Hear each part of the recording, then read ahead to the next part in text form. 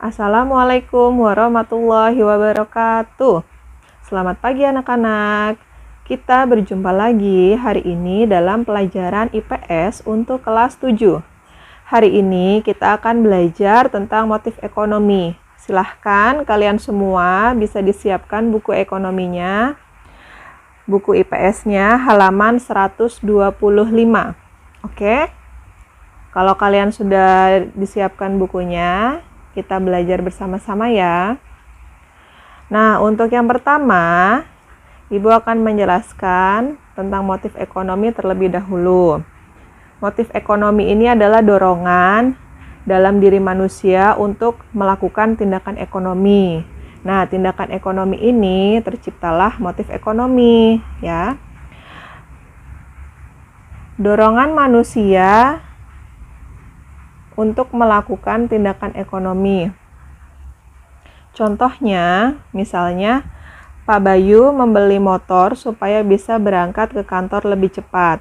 Nah, setiap tindakan ekonomi yang dilakukan oleh Pak Bayu itu dilakukan secara sadar dan memiliki tujuan tertentu. Tujuannya adalah supaya pergi ke kantor lebih cepat. Nah, tujuan itulah yang mendorong manusia untuk melakukan tindakan ekonomi. Oke.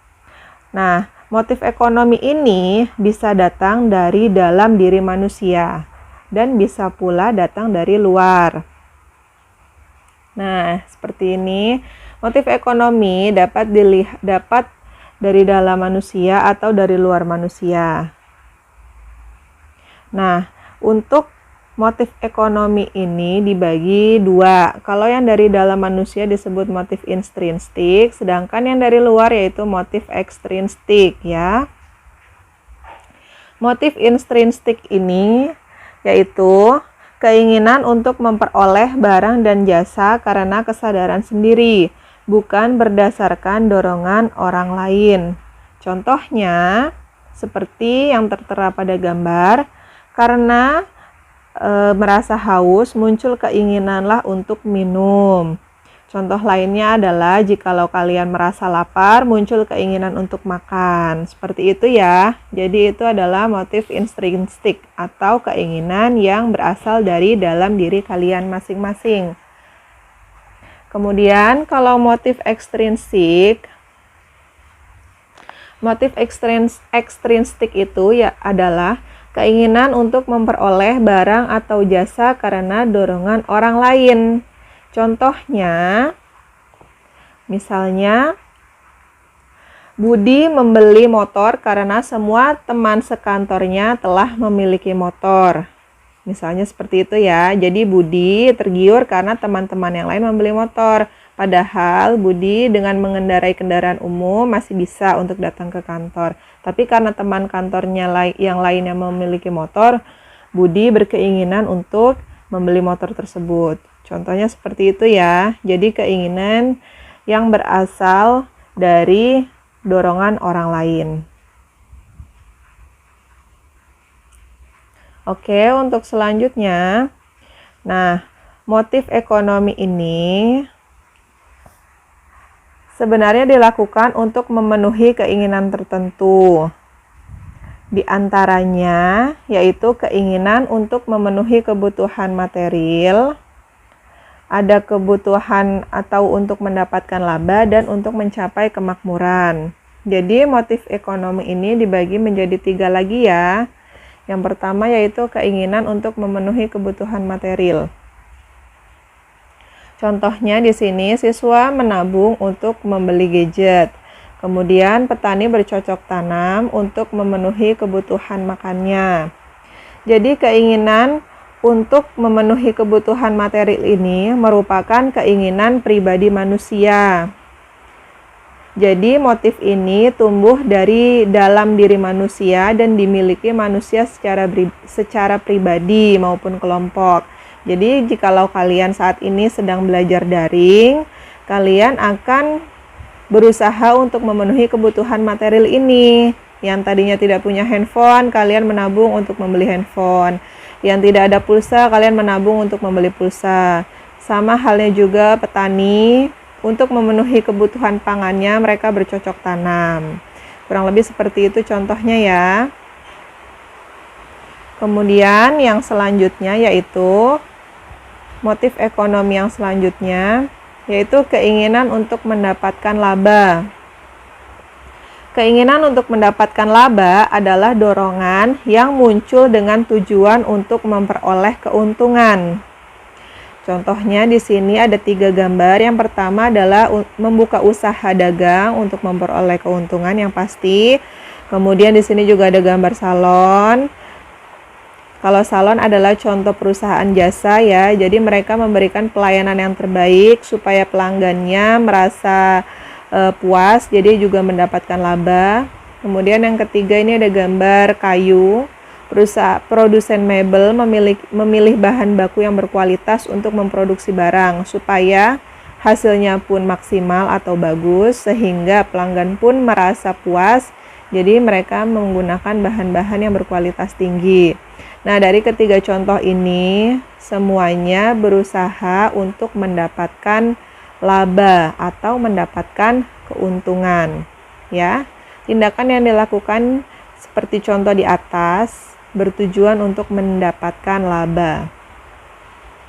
Nah, selanjutnya yaitu keinginan untuk mencapai kemakmuran.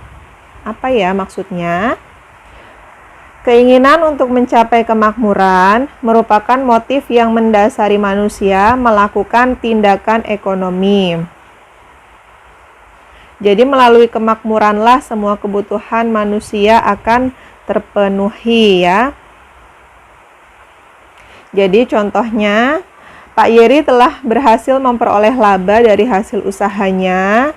Meskipun telah berhasil memperoleh laba, Pak Yeri tetap bekerja giat dan cermat untuk usahanya tersebut bisa terus berkembang dan memiliki cabang-cabang usaha di berbagai daerah. Sehingga Pak Yeri pun bisa berhasil menjadi pengusaha sukses dan mampu mencapai kemakmuran. Jadi itu tujuannya ya. Jadi keinginan untuk mencapai kemakmuran bukan hanya dari hal laba saja yang tinggi, tapi usaha tersebut bisa berjalan lama dan bisa berkembang hingga membuat cabang-cabang di berbagai daerah ya. Jadi membangun usaha itu yang pertama untuk mencari laba. Nah, setelah laba kalian dapatkan, pasti ada keinginan untuk mencapai kesejahteraan diri dan bermanfaat untuk orang lain ya. Jadi berusaha untuk terus mengembangkan usaha tersebut supaya bisa bertahan lama. Itu adalah keinginan untuk mencapai kemakmuran. Nah, kemudian setelah tadi kita membahas tentang motif ekonomi, kita sekarang selanjutnya membahas motif non-ekonomi. Kalau motif ekonomi tadi adalah motif atau dorongan yang menyebabkan manusia melakukan tindakan ekonomi, ya. Yang pertama untuk memenuhi kebutuhan material, kemudian yang kedua untuk keinginan mendapatkan laba, dan yang ketiga yaitu keinginan mencapai kemakmuran. Nah, kalau motif non-ekonomi ini adalah dorongan yang menyebabkan manusia melakukan tindakan ekonomi dengan tidak memperhitungkan untung dan rugi. Motif ini lebih bertujuan kepada menolong sesama, mendapatkan pujian dan kekuasaan, ya. Jadi kalau non-ekonomi, kita tidak berorientasi atau tidak bertujuan khusus untuk mendapatkan untung atau ruginya, tetapi untuk menolong sesama, bisa juga untuk mendapatkan pujian atau untuk mendapatkan kekuasaan. Nah, untuk motif non-ekonomi ini terbagi atas 4 bagian. Yang pertama adalah motif kedudukan, yang kedua motif sosial, yang ketiga motif edukatif, dan yang terakhir atau yang keempat yaitu motif keamanan. Motif kedudukan adalah dorongan untuk memperoleh kekuasaan, ya. Contohnya yaitu misalnya Pak Budi adalah seorang karyawan di perusahaan besar. Pak Budi bekerja keras, gigih, tekun di dalam pendiriannya. Pak Budi berharap untuk mendapatkan uang yang cukup untuk mengikuti pencalonan bupati. Itu ya contohnya. Pak Budi tadi memiliki keinginan untuk menjadi calon bupati. Jadi selama dia bekerja di perusahaan besar tersebut, dia bekerja secara gigih, bekerja keras, tekun supaya mendapatkan uang yang banyak untuk bisa mencalonkan dirinya sebagai bupati. Itu karena ada motif kedudukan ya, untuk mendapatkan kekuasaan. Yang kedua yaitu motif sosial. Motif sosial ini tidak diajukan untuk kepentingan pribadi, tetapi untuk kepentingan umum. Ya, misalnya tadi kalau untuk motif kedudukan tadi Pak Budi berusaha untuk mencari uang supaya bisa mencalonkan diri. Nah, kalau motif sosial ini contohnya Pak Budi setelah meraih kesuksesan dan menjadi bupati, ia tetap menjalankan usahanya dengan profesional. Keuntungannya pun semakin besar. Nah, dari keuntungan tersebut beliau sisihkan untuk para petani-petani kecil untuk menolong mereka yang kekurangan dan yang menderita atau kepada korban-korban bencana alam. Jadi ada motif sosial ya di balik dari atau pencalonan Pak Budi tadi sebagai calon bupati. Nah, itu contoh yang kedua. Kemudian contoh yang ketiga yaitu motif edukatif. Motif edukatif ini bertujuan untuk memberikan pelajaran atau pengalaman tertentu, baik bagi diri sendiri maupun orang lain. Contohnya, Pak Budi banyak memperkerjakan karyawannya yang tamatan SMA, yang tidak mampu melanjutkan ke perguruan tinggi. Nah, setelah Pak Budi menilai kemampuan mereka masing-masing untuk mengelola usaha, Pak Budi memberikan modal kepada karyawannya untuk membuka usaha baru dan mempraktekannya dan mempraktikkan pengalamannya selama bekerja. Jadi motif edukatif ini memberikan pelajaran dan memberikan pengalaman kerja kepada orang-orang yang membutuhkan untuk membuka usaha baru atau bisnis baru sehingga bisa membuat lapangan kerja baru. Ini adalah motif edukatif ya. Yang intinya yaitu memberikan pelajaran dan memberikan pengalaman kepada seseorang atau kepada karyawan-karyawannya. Itu adalah contoh dari motif edukatif.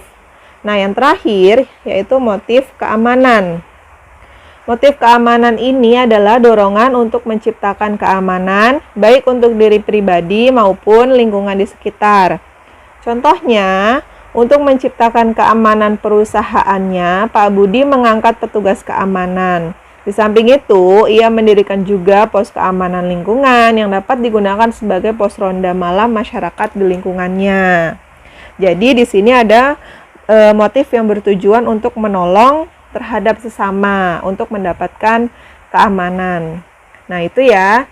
Jadi dari motif non-ekonomi ini dibagi menjadi 4, motif kedudukan, sosial, edukatif, dan keamanan.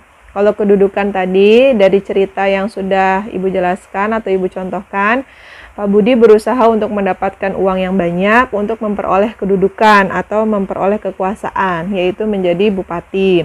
Nah, di motif sosial, setelah Pak Budi mendapatkan kekuasaannya atau menjadi bupati, beliau menjalankan usahanya dan menyisihkan sebagian besar penghasilan atau laba dari perusahaannya untuk membantu sesama, membantu orang-orang yang membutuhkan. Nah, yang ketiga, motif edukatif. Tadi karena Pak Budi masih mengembangkan usahanya, beliau memperkerjakan karyawan-karyawannya yang putus sekolah untuk bertujuan atau untuk memberikan pelajaran dan pengalaman kepada mereka untuk bisa memberikan lapangan kerja baru. Kemudian kalau motif keamanan, Pak Budi tadi menciptakan keamanan untuk perusahaannya tersebut dengan mengangkat security atau petugas keamanan, kemudian juga mendirikan pos ronda di lingkungannya untuk menjaga lingkungannya supaya tetap aman. Itu adalah contoh dari motif non-ekonomi. Oke, demikian informasi atau materi yang bisa Ibu sampaikan. Ibu simpulkan lagi ya untuk hari ini. Tadi kita sudah membahas tentang motif ekonomi. Nah, motif ekonomi itu dibagi ada motif ekonomi dan ada motif non-ekonomi. Kalau motif ekonomi adalah dorongan yang menyebabkan manusia melakukan tindakan ekonomi. Itu ada dua tadi, motif intrinsik dan ekstrinsik ya.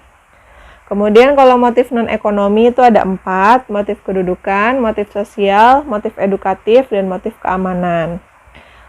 Oke, terima kasih atas perhatian kalian. Jika ada hal-hal yang ingin ditanyakan, silahkan bisa kalian tanyakan. Jangan pernah ragu-ragu untuk bertanya, oke? Terima kasih atas perhatian kalian semua. Kurang lebihnya mohon maaf. Wassalamualaikum warahmatullahi wabarakatuh.